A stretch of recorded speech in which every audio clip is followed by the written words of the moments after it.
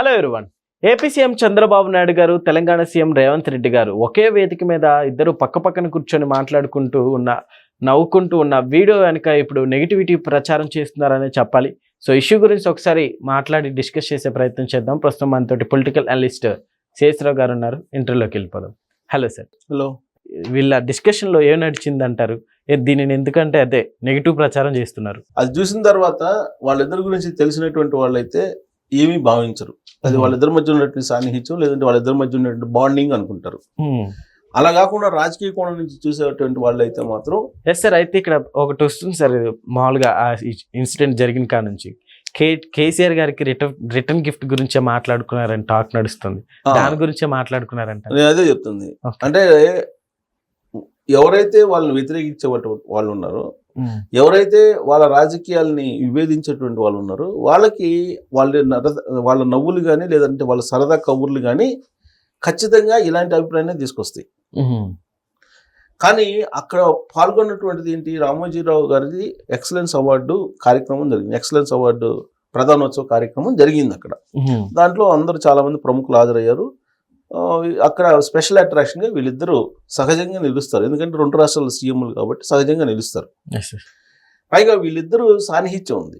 ఏముంది, గురు శిష్యులు అంటారు వీళ్ళని. సరే, ఈ మధ్య కాలంలో రేవంత్ రెడ్డి గారు నేను శిష్యుని కాదని చెప్తున్నారు. చంద్రబాబు నాయుడు గారికి నా గురువు గారు నా సహచరుడు అని చెప్తున్నాడు. నా సహచరుడు రాజకీయాలు, నేను అక్కడ తెలుగుదేశం పార్టీలో రాజకీయాలు చేశాను, నాకు ఆయన బాస్ అప్పుడు అధ్యక్షుడు పార్టీకి, కాబట్టి నా సహచరుడు అని చెప్తున్నారు. రాహుల్ గాంధీ కూడా తన సహచరుడు అని చెప్తున్నాడు ఇప్పుడు. అది ఆయన క్లియర్గా చెప్తున్నాడు కదా. ఆయన ఏం చెప్తున్నాడు, నా స్కూలు తెలుగుదేశం పార్టీ, కాలేజీ ఏమో కాంగ్రెస్ పార్టీ అని చెప్తున్నాడు కదా. సో కాబట్టి రేవంత్ రెడ్డి గారు, చంద్రబాబు నాయుడు గారు ఇద్దరు కలిసినప్పుడు ఖచ్చితంగా ఏదో ఒక గాసిప్ పుట్టియటం, లేదంటే ఏదో ఒక నెగిటివ్ యాంగిల్లో పుట్టియటం, లేదంటే రేవంత్ రెడ్డి గారు తెలంగాణ రాసిస్తున్నాడు, చంద్రబాబు నాయుడు గారు అని చెప్పి గాసిప్లో వదలటం సోషల్ మీడియాలో, ఇవన్నీ సహజమే. కానీ ఆ కార్యక్రమాల్లో ఏం జరిగింది, ఆ కార్యక్రమంలో వాళ్ళిద్దరూ ఎందుకు మాట్లాడుకున్నారు, సరదా కబుర్లు చెప్పుకుంటున్నారు అని కనుక మనం ఆలోచిస్తే, బాండింగ్ బాగా ఉన్నటువంటి వాళ్ళు సహజంగా ఏంటంటే ఎదురైనటువంటి కొన్ని ఇష్యూస్ని మాట్లాడుకుంటారు. అంతే తప్ప సీరియస్ పాలిటిక్స్ గురించి మాట్లాడుకోరు. ఆ వేదిక మీద సరదాగా మాట్లాడుకుంటున్నారు, వాళ్ళు నవ్వుకుంటున్నారు. అంటే నవ్వుకోవటం సరదాగా ఉన్నప్పుడు సీరియస్ పాలిటిక్స్ మాట్లాడుకుంటే నవ్వులు రావు కదా. నవ్వులు రావాలంటే సీరియస్ పాలిటిక్స్ గురించి చర్చించేటప్పుడు నవ్వులు రావు ఎవరికి. ఆ భావాలు అవన్నీ చూస్తే కనుక వాళ్ళు ఏదో సీరియస్ డిస్కషన్ జరుగుతున్నట్టు లేదు, సరదాగా ఏదో కబుర్లు మాట్లాడుకుంటున్నట్టు కనిపిస్తూ ఉన్నాడు.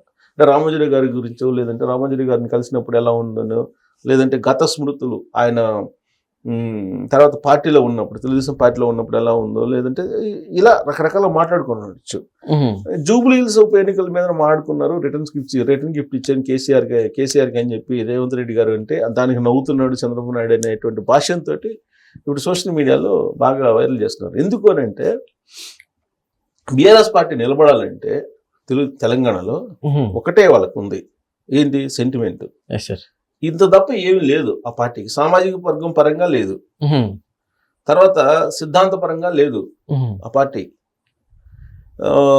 ప్రాంతం పరంగా కూడా లేదు. ఇప్పుడు ఎందుకు లేదు, ఆల్రెడీ అయిపోయింది. ప్రత్యేకవాదం, ప్రత్యేక రాష్ట్రం నినాదం వచ్చేసింది. ప్రత్యేక రాష్ట్రం నినాదంలో అందరూ పార్టిసిపేట్ చేశారు. తెలంగాణ సమాజం ప్రత్యేక రాష్ట్రం ఇచ్చారు, అయిపోయింది. ఇక ప్రాంతీయ తత్వం కూడా వర్కౌట్ కాదు. సామాజిక ఈక్వేషన్ వర్కౌట్ అవుతుందంటే కాదు. ఎందుకంటే కల్వకుంట్ల సామాజిక వర్గం మొత్తం కలిపితే ఒక 2% 3% ఉంటారని చెప్పి లెక్కలు చెప్తున్నారు. లెక్కలు వేస్తే కనుక ఆ 2% 3% సామాజిక వర్గంతో రాజకీయాలు చేయాలంటే కుదరదు. సో ఇంకేముంది బీఆర్ఎస్ పార్టీ నిలబడటానికి? ఒక సెంటిమెంట్ ఏదన్నా అంటే ఆంధ్ర మీద ద్వేషం, లేదంటే ఆంధ్ర మీద వ్యతిరేకం, లేదంటే చంద్రబాబు నాయుడు గారి మీద వ్యతిరేకం, లోకేష్ గారి మీద వ్యతిరేకం, ప్రత్యేకించి చంద్రబాబు నాయుడు గారి మీద వ్యతిరేకంగా ఏదో ఒకటి ఫోకస్ చేస్తూ ఉంటే, ఆంధ్ర వాళ్ళకి వ్యతిరేకం, చంద్రబాబు నాయుడు గారికి వ్యతిరేకం కాబట్టి ఆ ఓట్లు ఏదన్నా వస్తాయేమని ఆలోచిస్తున్నారు. కానీ అది నష్టం చేకూరుస్తుంది. దానికి ఉదాహరణ జూబ్లీ హిల్స్ ఉప ఎన్నిక. చంద్రబాబు నాయుడు గారిని దేశిస్తానో, చంద్రబాబు నాయుడు గారికి వ్యతిరేకంగానో నువ్వు వ్యవహరిస్తే వచ్చే నష్టం ఏంటనేది జూబ్లీ హిల్స్ లో చూశారు. చంద్రబాబు నాయుడు గారు ఆ రోజున జైలుకి వెళ్ళినప్పుడు షో బాగుంది బ్రో అని చెప్పేసి నువ్వు ఎప్పుడైతే ట్వీట్ చేసావో అది ఫిక్స్ అయిపోయింది. ఆంధ్ర మూలలో ఉన్నటువంటి వాళ్ళకి. Yes sir. అలాగే ఎప్పుడైతే అమరావతి కూలిపోయింది మనం బాగున్నామని చెప్పేసి అన్నారో అప్పుడే అయిపోయింది.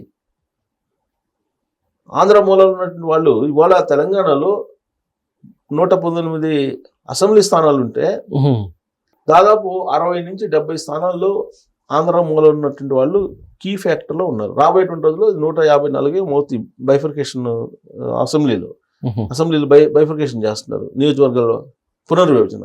అది చేస్తే కనుక ఇంకా స్థానాలు పెరుగుతాయి. ఇంకా స్థానాలు పెరిగే కొద్ది ఆంధ్ర మూలలో ఉన్నటువంటి వాళ్ళు డిసైడ్ ఫ్యాక్టర్గా ఇంకా ఎక్కువ స్థానాల్లో నిలబడేటువంటి అవకాశం ఉంది. కాబట్టి ఇలాంటి పరిస్థితుల్లో మీరు రేవంత్ రెడ్డికి, చంద్రబాబు నాయుడికి, లేదంటే చంద్రబాబు గారిని టార్గెట్ చేసి మీరు కనుక విమర్శిస్తే జూబ్లీ హిల్స్ లో ఏ విధంగా అయితే ఎన్నికలకు సంబంధించిన నష్టం జరిగిందో ఆ నష్టం భవిష్యత్తులో జరుగుతుంది. ఓకే, 2 సార్లు సెంటిమెంట్ రైజ్ చేశారు. యాక్చువల్గా 2018లో కూడా సెంటిమెంట్ వర్కౌట్ కాలేదు. దొంగోట్లు, ఆ ఎలక్షనీరింగ్ సంబంధించి సంథింగ్ జరిగింది అనేది అందరికీ తెలుసు.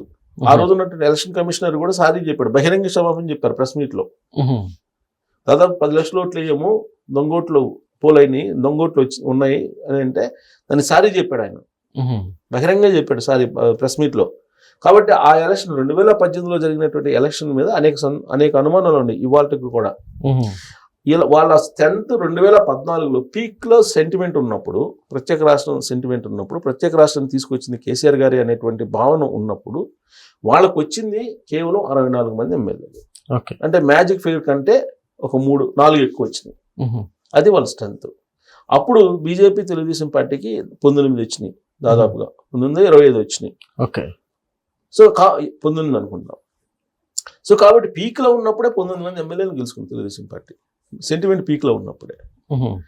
సో కాబట్టి ఇప్పుడు సెంటిమెంట్ వర్కౌట్ కాదు. సెంటిమెంట్ అప్పుడు వర్కౌట్ అవుతుంది 2014లో, 2018లో కూడా వర్కౌట్ కాల, కానీ వర్కౌట్ అయినట్టు రిజల్ట్ ఉంది. కానీ అది యాక్చువల్ కాదు అని చెప్పి ఎలక్షన్ కమిషనరే సారీ చెప్పాడు. కాబట్టి దాన్ని పరిగణలో తీసుకోవాల్సిన అవసరం లేదు. సో ఇప్పుడు కూడా అదే సెంటిమెంట్ రైట్ చేయాలని చెప్పేసి అనుకుంటే జూబ్లీ హిల్స్లో వర్కౌట్ కాలేదు కదా. వర్కౌట్ కాకపోగా మళ్ళీ బూమరాంగ్ అయింది.